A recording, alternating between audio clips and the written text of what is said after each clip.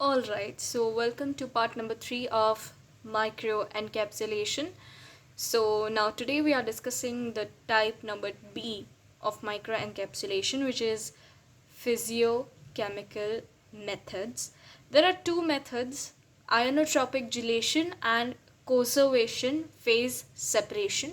We'll start with the ionotropic gelation. So here there'll be a chemical reaction between sodium alginate and calcium chloride, or you can use any other counter ion instead of the CaCl2, such as you can use barium chloride also. So now here we are supposed to make beads. Here we are supposed to make the beads. So there will be a bead formation. So how we are going to do this? So first we'll take two beakers, right? So the first beaker will be having the sodium alginate, which will be diluted with water, and another beaker will have our counter ion. Here we are using the calcium chloride, and it will be diluted in the water. Now the calcium chloride we use is of 3% concentration. Now what we'll do, we'll arrange a filter assembly. Like there'll be a tripod stand, there'll be a beaker, and there'll be a filter on the top, which will have a filter paper on it. Now what we'll do, we'll take a syringe with the needle of 22 diameter. Then we will be taking up this sodium alginate mixture with the help of the syringe. Now what we will do, listen to this carefully. Now we will add drop wise, sodium alginate mixture will add drop wise to the calcium chloride mixture. Now here there will be a bead formation, so we will wait for a while after doing this.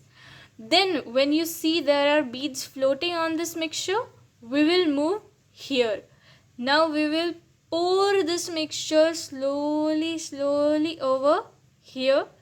So what will happen, all the liquid will be getting gathered in the beaker, and all the beads will get stuck in the filter paper. Now we'll remove the filter paper, we'll use another fresh filter paper, and we will transfer those beads and let them dry.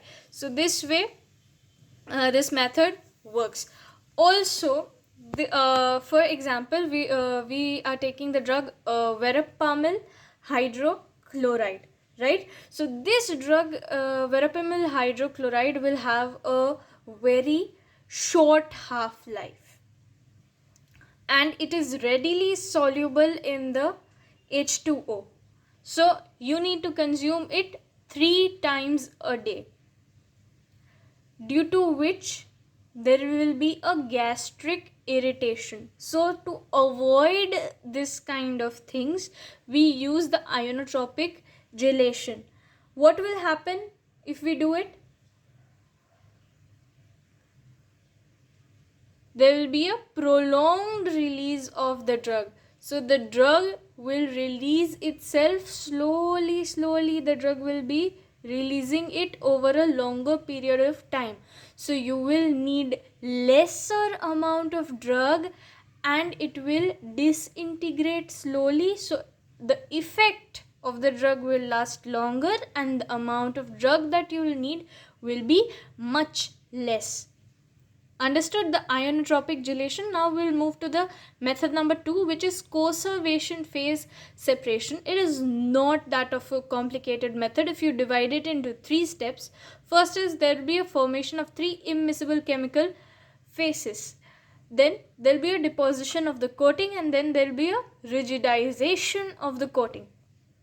So for suppose this is your material, this is your core material, and then I'm adding another chemical material to it. Now slowly what will happen, the material that I added will start to